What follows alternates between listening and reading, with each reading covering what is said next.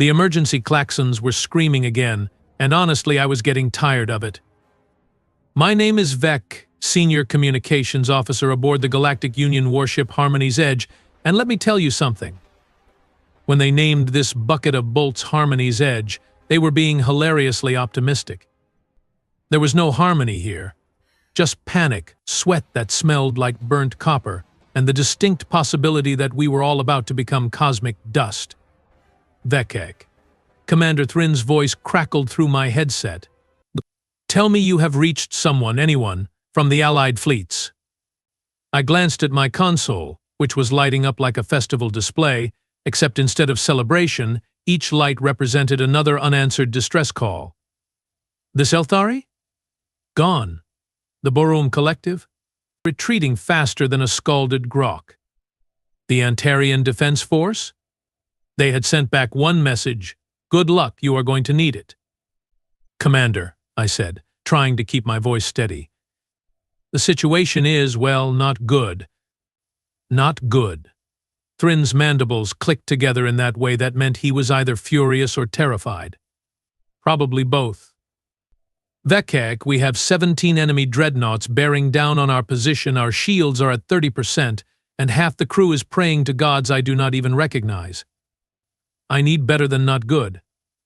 Through the viewport I could see them, the Krell Armada. Massive, dark ships that looked like they had been designed by someone who really, truly hated the concept of mercy. They had appeared in our Sector 3 cycles ago and had been systematically dismantling every defense we threw at them. The Krell did not negotiate. They did not take prisoners. They just destroyed everything in their path and moved on, like a plague of mechanical locusts. "Sir," my assistant, a young Plexian named Rin, whispered beside me. "What about them?" I froze. My fingers hovered over the console. Thrin must have heard because the comm line went silent for exactly 4 heartbeats. "No," Thrin said finally. "Absolutely not." "Commander," Rin continued, because apparently he had decided today was a good day to develop courage. "We have exhausted all conventional options. The Krell will be in firing range in 18 minutes. 17 of our ships are already crippled. We are out of time. You want to call the humans?" Thrin's voice had gone very quiet, which was somehow worse than the yelling. "The species that is banned from 4 different galactic councils. The ones who turned a mining dispute into a 3-month war because someone insulted their beverage preferences. Those humans?" "Yes, sir," Rin said. "Those exact humans." I pulled up the restricted files, the ones marked with about 17 different security clearances and a warning label that read, "Use only in cases of absolute emergency, and even then, reconsider." The human contact protocols were buried under so much red tape that you would think they were made of antimatter. Humans had joined the Galactic Union 23 cycles ago, and in that time they had managed to horrify, impress, and confuse pretty much everyone. They were not the strongest species, not by a long shot. The Borum could lift small vehicles. They were not the smartest either. The Exelthari had them beat in pure computational ability. They were not even particularly fast. The Skrit could outrun them without breaking a sweat. But humans were dangerous in ways that made the rest of the galaxy deeply uncomfortable. "Vekek," Thrin said slowly. "If we do this, if we actually call them, we cannot take it back. You understand that? The humans do not do half measures. They will come, and they will bring everything." "Sir," I said, watching another one of our cruisers explode into a ball of superheated plasma. "Everything sounds pretty good right now." The silence stretched out. Another ship died. Then another. "Do it," Thrin said. "Contact the humans. And may the ancestors forgive us." My hands were shaking as I opened the emergency channel, the one that connected directly to human military command. The one that had a warning label that said, "Warning, response time unpredictable, methods unconventional, property damage likely." The channel crackled to life, and a voice answered almost immediately. A human voice, casual and relaxed, like they were answering a call about lunch plans instead of a desperate plea for survival. Human Defense Coordination. This is Officer Marcus Webb speaking. How can I help you today? I stared at the comm display. They had elevator music playing in the background. This is Senior Communications Officer Vek of the Galactic Union warship Harmony's Edge, I stammered. We are transmitting emergency priority code Omega-7. We are under attack by a Krell armada and require immediate military assistance. Our position is Sector 14, grid reference Gamma Theta 9. We have multiple casualties, significant damage to our fleet, and we estimate complete destruction in approximately 15 minutes. There was a pause. I could hear the human typing something. All right, got your position locked in, Marcus said, still sounding like he was discussing the weather. Krell, you said? The big ugly ships with too many guns and a serious attitude problem? Yes, I said. Yes, exactly those. Can you help us or not? Oh, we can help you, Marcus replied. I could hear the smile in his voice. Question is, do you really want us to? What kind of question is that? I snapped. We are about to die.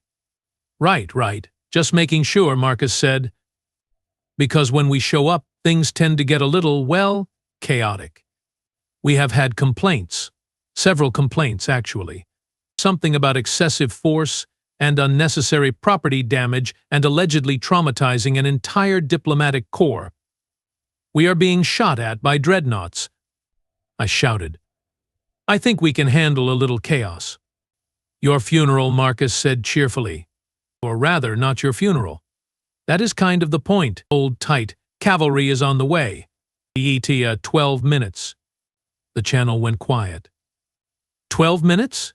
Rin said. We are 3 sectors away from the nearest human outpost. That is impossible. That is what worries me, I muttered. I opened a channel to Commander Thrin. Sir, the humans are responding. They said 12 minutes. 12? Thrin sounded skeptical. They must mean hours. Or they are using some kind of human time measurement that makes no sense. Sir, with respect, nothing about humans makes sense. Another explosion rocked our ship. The shields were down to 22%. The Krell were closing in, their weapons charging for another volley. I watched our tactical display as 3 more Allied vessels went dark. All ships. Thrin's voice boomed across the fleet channel.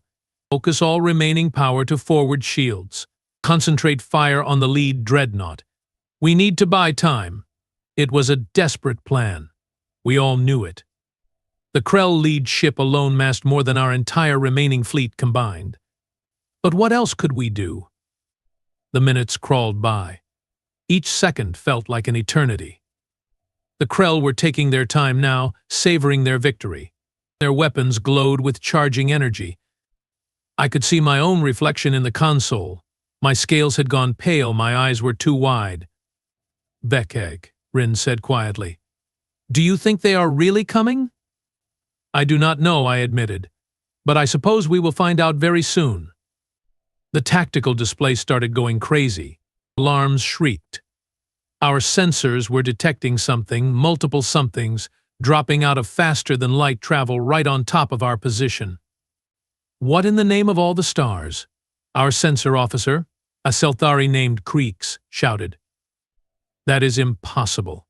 Nothing can jump that close to a gravity well without tearing itself apart. The view screen lit up, and I felt my jaw drop. Ships. Human ships. Dozens of them.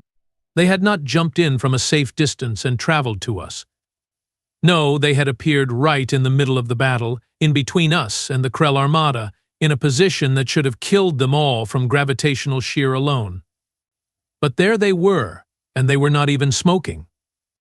The human vessels were smaller than the Krell dreadnoughts, but they moved like living things, twisting, spinning, dancing through space in patterns that made my eyes hurt. Their ships were not beautiful like ours, all smooth lines and elegant curves. Human ships looked like they had been built in a hurry by someone who valued function over form. Angular, brutal, covered in weapons that probably violated 6 different galactic treaties. This is Captain Jennifer Rourke of the UNS Relentless. A new voice came through the comm. Sorry we are late. Traffic was murder. Traffic? I said weakly. You just appeared out of nowhere. Yeah, we have been working on that, Captain Rourke said.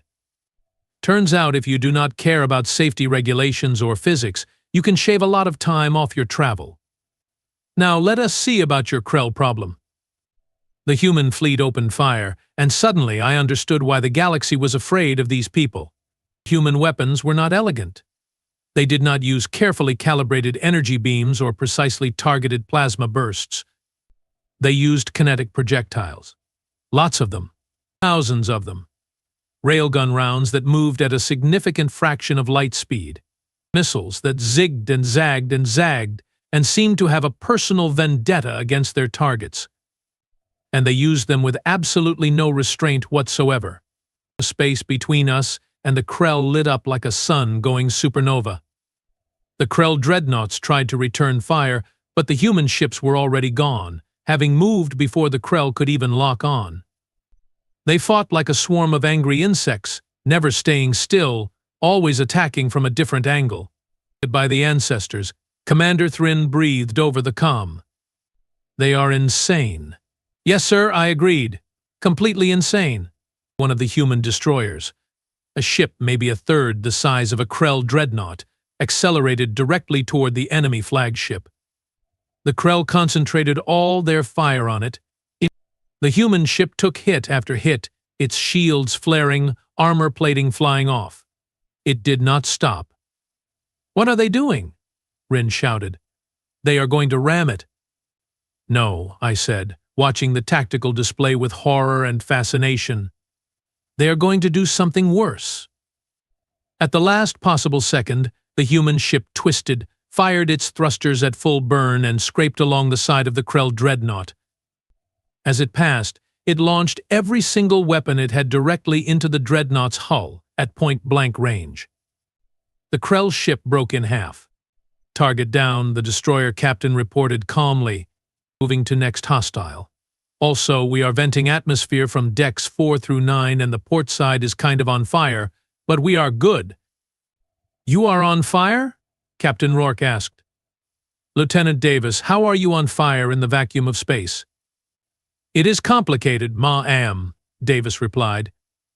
But in my defense, it is working. The Krell were regrouping now, forming a defensive sphere, concentrating their fire. They had numbers and firepower. This should have been where they won. Except humans did not fight fair. All ships, Captain Rourke ordered. Execute Pattern Gamma 7. What is Pattern Gamma 7? I asked, though I was not sure I wanted to know. The human fleet split into 3 groups. One group accelerated straight at the Krell, weapons blazing. The Krell focused on them, naturally. Why would you not focus on the threat directly in front of you? While the Krell were distracted, the other 2 groups looped around, accelerating to speeds that should have liquefied their crews and hit the Krell formation from the sides. But it was not just the attack that was devastating. It was what they were firing. Are those nuclear weapons? Kurix shouted. They are using nuclear weapons in space combat? Technically, they are enhanced thermonuclear devices with a shaped plasma charge, Captain Rourke said helpfully. But yes, basically nukes. Lots of them. The Krell defensive sphere collapsed into chaos. Human ships were everywhere, moving too fast, hitting too hard, using weapons that no sane species would deploy in close quarters. One destroyer literally flew through the explosion of its own missile to get a better firing angle on a Krell cruiser. This is insane, Commander Thrin said. This is absolutely insane. Sir, I said, they are winning. And they were. In less than 8 minutes, the human fleet had torn through the Krell armada like it was made of tissue paper. The remaining Krell ships were trying to retreat, their engines glowing as they desperately attempted to jump to faster-than-light travel. Oh no, you do not, Captain Rourke said. Nobody shoots at our friends and just leaves. All ships, full pursuit. Let us send them a message. Captain, I transmitted. You have done enough. The threat is neutralized. You do not need to pursue them. Officer Vecca, Captain Rourke replied. With all due respect, yes, we do. Because if we let them go, they will tell their friends that they can attack Union ships and get away with it. We need to make sure they understand that is a very bad idea. The human ships gave chase. The Krell had a head start, but the humans were faster. I watched on our long-range sensors as the human fleet caught up with the fleeing Krell vessels. What happened next was not a battle. It was a statement. When it was over, there were no Krell ships left. Not fleeing, not damaged, not even debris. The humans had been thorough. Threat eliminated, Captain Rourke reported. Union fleet. What is your status? We are stable, Commander Thrin said. He sounded dazed. Significant damage, many casualties, but we will survive. Thanks to you. Happy to help, Captain Rourke said. We are transmitting our medical teams to your ships. Our doctors are pretty good with alien physiology. Weird fact, human medicine is either completely useless or surprisingly effective on other species. No middle ground. Why? I asked. No idea, Captain Rourke admitted. But hey, it works. We will also send some repair crews. Fair warning, they will probably fix things in ways that violate your engineering principles, but the repairs will hold. Over the next hour, human personnel swarmed over our damaged ships. They moved with purpose, with energy, with a kind of manic efficiency that was both impressive and slightly terrifying. Their medics saved lives that we thought were lost. Their engineers patched holes in our hulls using techniques that made our technicians weep. And they did it all while cracking jokes and complaining about everything. I met Captain Rourke in person when she came aboard the Harmony's Edge. She was tall, even for a human, with dark skin and eyes that seemed to take in everything at once. She looked at our damaged bridge and whistled. You folks really took a beating, she said. Good thing you called when you did. Captain, Commander Thrin said. He had pulled himself up to his full height, which was still shorter than Rourke. I do not know how to properly thank you. You saved our lives. You saved our fleet. All in a day's work, Rourke said, grinning. Besides, we owe you guys. You gave us a chance when we first joined the Union. A lot of species wanted to keep us out, but you voted to let us in. We remember that. I am curious, I said. How did you get here so fast? And how did you jump so close to the battle? That should be impossible. Rourke's grin widened. You know what humans say about the word impossible? What? What? It just means nobody has been stupid enough to try it yet. She pulled out a small device and showed us schematics that made our heads hurt. We call it the reckless jump drive. It ignores about 40% of standard safety protocols and runs a 30% chance of catastrophic failure every time we use it. 30%? Thrin said weakly. That is terrifyingly high. Yeah, Rourke agreed. But it also means we can show up anywhere, anytime, faster than anyone expects. In war, surprise is worth the risk. You are all crazy, I said. Probably, Rourke admitted. But we are your kind of crazy. And that is what matters. She was right. Looking at the human crews working alongside our people, laughing and joking even as they pulled survivors from wreckage, I realized something. Humans were dangerous, yes. Reckless, absolutely. Insane, without question. But they were also exactly what the galaxy needed. Captain, I said. What happens now? Rourke looked out the viewport at the stars. Now? Now the Krell know they made a mistake. They thought they could push us around, thought we were weak. We just taught them otherwise. Word will spread. And maybe, just maybe, the next hostile force will think twice before attacking Union ships. And if they do not, her smile turned cold. Then we will teach them again, as many times as it takes. As the human ships prepared to leave, I sent a message to Galactic Command. A simple report about what had happened here, about how the humans had saved us. I knew what would happen. There would be meetings, debates, probably some council members would complain about human methods. Too violent, Too risky, too unpredictable. But I also knew something else. The next time we were in trouble, the next time any Union ship was in danger, they would call the humans. Because sometimes you did not need the safest option. Sometimes you needed the most dangerous species in the galaxy on your side. And that was exactly what we had. 3 days after the battle, I was sitting in a conference room aboard the Union flagship Eternal Vigilance, and I wanted to be literally anywhere else. The room was full of diplomats, council members, and military brass from a dozen different species. Everyone was talking at once, which was normal. What was not normal was the level of sheer panic in their voices. They used nuclear weapons. Ambassador Telcor, a Selthari with a voice like grinding metal, slammed his appendage on the table. Nuclear weapons. In close quarters. The radiation alone could have killed half our fleet. But it did not, I pointed out. In fact, the humans shielded us from the worst of it. Their ships took the radiation hits. That is not the point. Telcor screeched. The point is that they are reckless, dangerous, and completely unpredictable. We cannot have them as our primary defense force. Who said anything about primary? Commander Thrin asked calmly. He was sitting next to me, looking far more relaxed than he had any right to be. They responded to an emergency call. They saved our lives. Why are we treating them like criminals? Because they are criminals. This came from Council Member Brix, a Boruum with a face like a smashed fruit. Have you read their file? Bar fights on 6 different stations, unauthorized weapon modifications, 17 violations of the Weapons Treaty, and let us not forget the incident on Praxis Station where they turned a cargo bay into something they called a racing track. That last one sounds fun, actually, Thrin muttered. I bit back a laugh.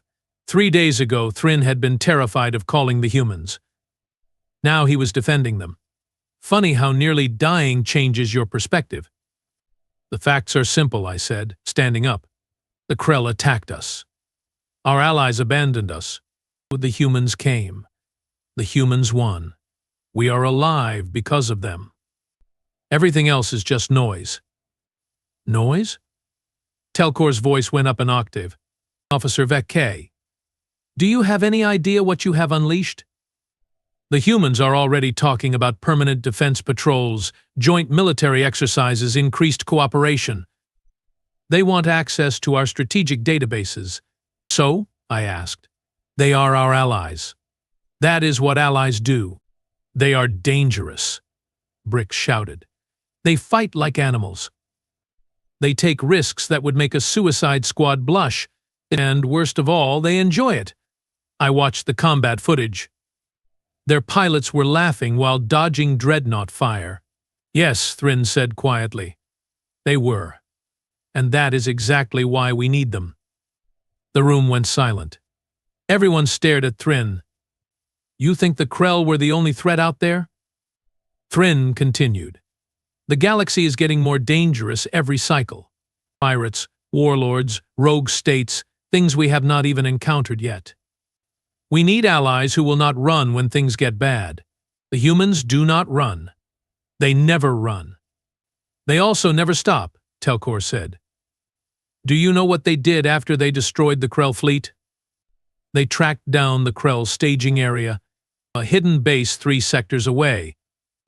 They found it, they destroyed it, and then they sent the coordinates to us with a message that said, "You are welcome, here is where they were coming from."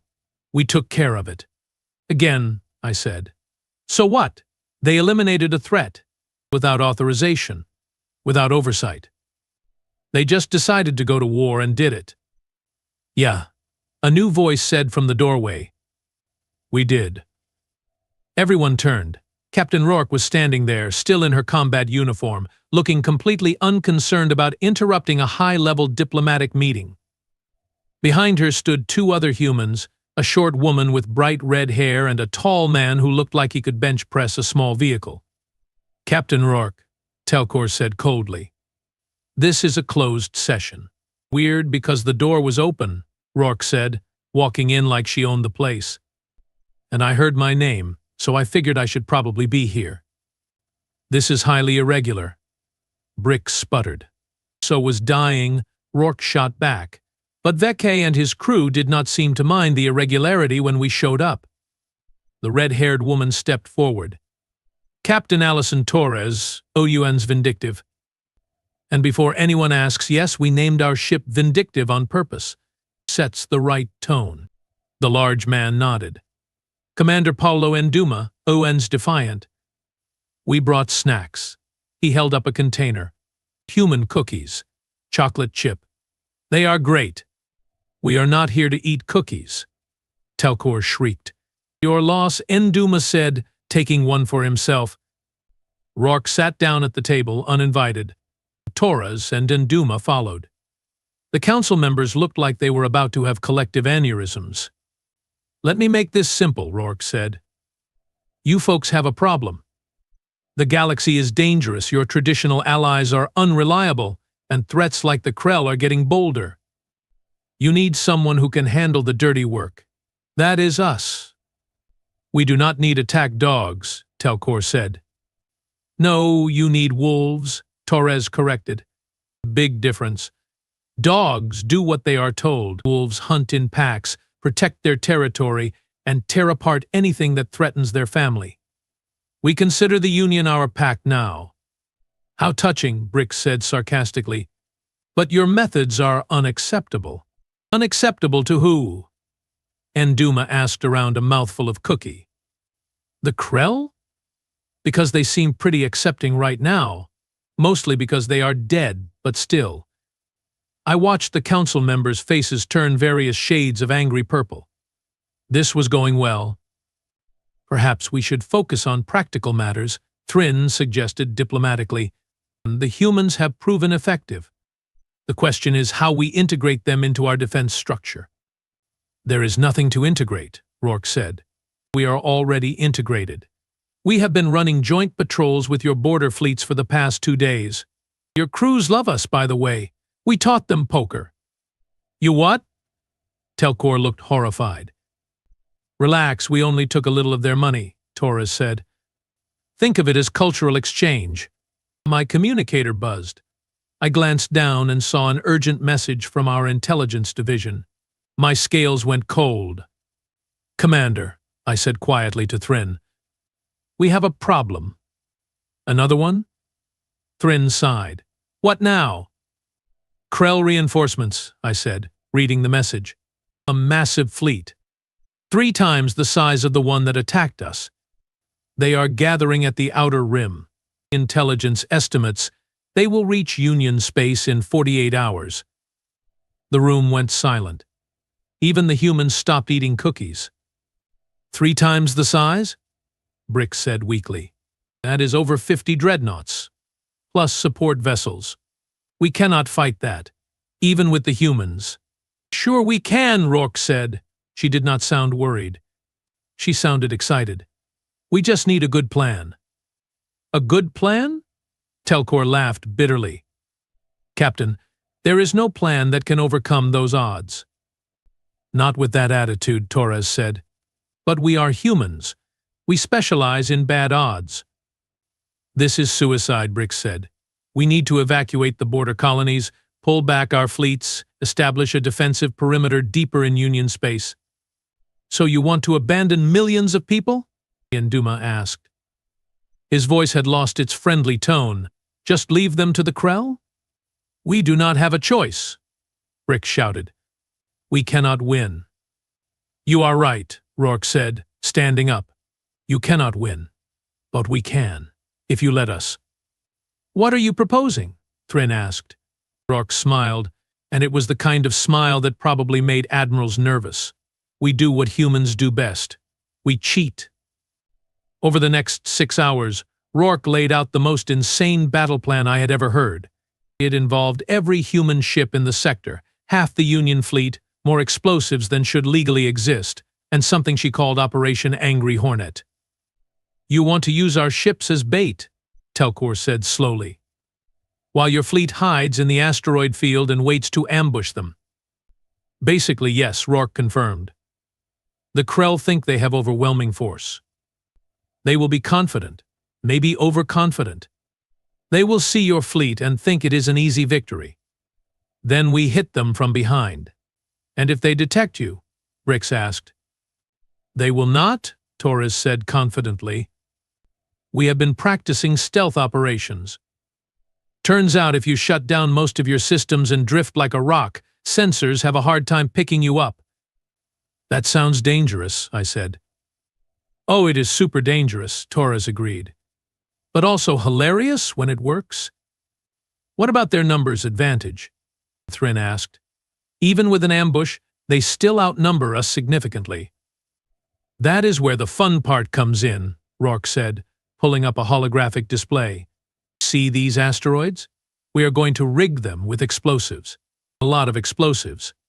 When the Krell fleet enters the field, we turn the entire asteroid belt into the galaxy's largest minefield. That is going to destroy the asteroids, I pointed out. Yes, and? Rourke looked confused. Those asteroids are valuable mining resources. Vekka, buddy, I say this with love. Who cares? We can find more rocks. We cannot find more of you folks. Thrin was studying the plan carefully. This could work, he said slowly. It is insane, dangerous, and violates about 30 different engagement protocols. But it could work. That is the spirit. Enduma said, offering him a cookie. The council debated for another hour, but in the end they did not have a choice. The Krell were coming. We either tried Rourke's plan or we ran, and I think everyone in that room was tired of running. Fine, Telcor said finally. We will do it your way. But if this goes wrong, if we lose ships because of your recklessness, there will be consequences. If this goes wrong, we will all be dead, Torres pointed out. So consequences will not really matter. That is not reassuring. Was not trying to be reassuring. Was trying to be accurate. The next 48 hours were chaos. The good kind of chaos, if there is such a thing. Human engineers swarmed the asteroid field, planting enough explosives to crack a moon. Union ships were positioned in a defensive formation that looked vulnerable, but was actually carefully calculated to draw the Krell in. The human fleet went dark, drifting among the asteroids like ghosts. I was back on the Harmony's edge, which had been repaired enough to fight. Rin was beside me, nervously checking our systems for the 100th time. Do you think this will work? He asked. I have no idea, I admitted. But I trust the humans to try something ridiculous. That is not reassuring either. I know. Our sensors picked up the Krell fleet at 47 hours and 32 minutes. They were exactly on schedule, which was somehow more terrifying. 53 dreadnoughts, over 100 support vessels, and enough firepower to glass a planet. All Union ships, this is Commander Thrin, the fleet-wide comm crackled. You know the plan. Hold your positions, make them think we are desperate. Do not break formation until the humans give the signal. What is the signal? Someone asked. Why, Tay. Trust me, Thrin said. You will know it when you see it. The Krell entered the asteroid field slowly, cautiously. They had learned from the first battle. They were not underestimating us anymore. Their formation was tight, their shields were at maximum, their weapons were charged. They looked ready for anything, except for what happened next. Union fleet? This is Captain Rourke. The comms suddenly blared at maximum volume. Light them up. The asteroids exploded, all of them, simultaneously. The entire belt turned into a storm of fire and shrapnel moving at relativistic speeds. Krell ships that had been confidently advancing suddenly found themselves in a meat grinder. And then the human fleet came alive. Engines roared to life. Weapons systems went hot. Dozens of human warships that had been playing dead suddenly became very, very active. They hit the Krell from behind, from the sides, from above and below. Surprise. Torres shouted over the comm. Miss us? The battle was absolute madness. The Krell tried to form a defensive position, but they were scattered by the asteroid explosions. Human ships darted between the debris, using the chaos as cover.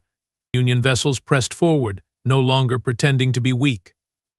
A Krell dreadnought managed to lock onto the Harmony's edge. Its weapons charged, targeting systems locked. Evasive maneuvers. I shouted. We were not fast enough. The blast was coming, we were dead, this was it. A human destroyer, the UN's Stubborn, threw itself between us and the blast. The ship took the full hit, its shields collapsing, armor buckling. Stubborn, are you all right? I transmitted frantically. Oh, we are peachy, the destroyer's captain replied. His ship was literally on fire in 3 places. Just a scratch. Get that dreadnought for us, will you? We did. The Harmony's Edge and 2 other Union cruisers concentrated fire on the Krell ship until it broke apart. Scratch settled. I told Stubborn's captain. Appreciated. Now, if you will excuse us, we are going to go ram something. You are what? But the Stubborn was already accelerating toward another Krell vessel, and I decided I did not want to know. The battle raged for 3 hours. The Krell fought hard, they were not cowards. But they had walked into a trap designed by humans, and humans were really, really good at traps. When it was over, the Krell fleet was destroyed. Completely. Again. The Union had lost 7 ships, which was a miracle considering the odds. The humans had lost 3, which was also a miracle considering how they fought. All hostile forces eliminated, Captain Rourke reported. She sounded tired but satisfied. Union space is secure. The comm channels erupted in cheers. Ships from a dozen different species, celebrating together. I heard someone start singing badly and others joined in. Rin was laughing and crying at the same time. We won, he kept saying. We actually won. Yeah, I said, watching the human ships regroup. We did. 3 days later, I was back in another conference room. Same diplomats, same council members, very different atmosphere. The humans have submitted a formal proposal, Telcor said. He did not sound angry anymore, just tired. They want to establish a permanent rapid response force, a joint command between human and Union officers, authority to respond to threats without waiting for council approval. And? Thrin asked. And I think we should accept, Telcor said quietly. I was wrong. We need them. Brix nodded slowly. I agree. But we need to establish some ground rules, some oversight. We cannot just let them run wild. Good luck with that, I muttered. The proposal passed unanimously. For the first time in Galactic Union history, a decision was made quickly and without 17 subcommittees. A week later, I met Captain Rourke one final time before her fleet left the sector. We were in an observation lounge aboard the Eternal Vigilance, watching the stars. So you are officially part of our defense structure now, I said. How does it feel? Terrifying, Rourke admitted. You are giving us a lot of responsibility, a lot of trust. You earned it. Maybe. She was quiet for a moment. Can I tell you a secret, VK? Sure. We are scared too. Every time we fight, every time we take those risks, we are terrified. But we learned something a long time ago, back on Earth. Fear is not the problem. Letting fear stop you, that is the problem. Is that a human saying? More or less. We have a lot of sayings. Most of them involve cursing and bad decisions. I laughed. That sounds about right. Rourke turned to look at me. Thank you for calling us, for trusting us when everyone else said not to. It means a lot. Thank you for answering, I replied. For being exactly as crazy as we needed. She grinned. Crazy is what we do best. As I watched the human fleet depart, I thought about how much had changed in just 2 weeks. The galaxy had learned that the Union had teeth now. Sharp, unpredictable, slightly unhinged teeth, but teeth nonetheless.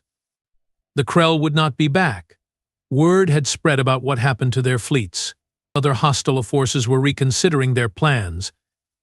The border colonies were safe, all because we had made one desperate call to the most dangerous species in the galaxy. Rin joined me at the viewport. Do you think we will need them again? he asked. Mare asked. Probably, I said. The galaxy is a dangerous place. Good thing we have dangerous friends then. Yeah, I agreed, smiling. Good thing indeed. In the distance, the last human ship jumped to faster-than-light travel, probably using that terrifying jump drive of theirs, probably ignoring 17 safety protocols, probably laughing the whole way. And you know what? I would not have it any other way. Because sometimes, the best hope you have is not the safest option or the most reasonable choice or the most predictable ally. Sometimes, the best hope you have is a species that looks at impossible odds and says, "Hold my beer, watch this." The humans had taught us something important, something that would change the Union forever. They taught us that it is okay to be dangerous, as long as you are dangerous to the right people. They taught us that sometimes the most terrifying weapon in your arsenal is not a gun or a bomb or a fleet of warships. It is the absolute, unshakable certainty that you will never, ever give up. They taught us that when things look darkest, when all hope seems lost, when the galaxy itself seems to be against you, the correct response is not to surrender. The correct response is to call for backup, and then make the enemy regret ever showing up. As I walked back to my station, I passed a group of human technicians working alongside our engineers. They were arguing about the best way to modify our shield generators, laughing and joking, probably violating a dozen regulations. One of them saw me and waved. "Hey, Vekak. We are making your shields 30% stronger. It is going to be awesome." "Is it safe?" I asked. "Probably not. But it will work." I just shook my head and kept walking. Crazy. They were all completely crazy. And I had never been more grateful for anything in my entire life.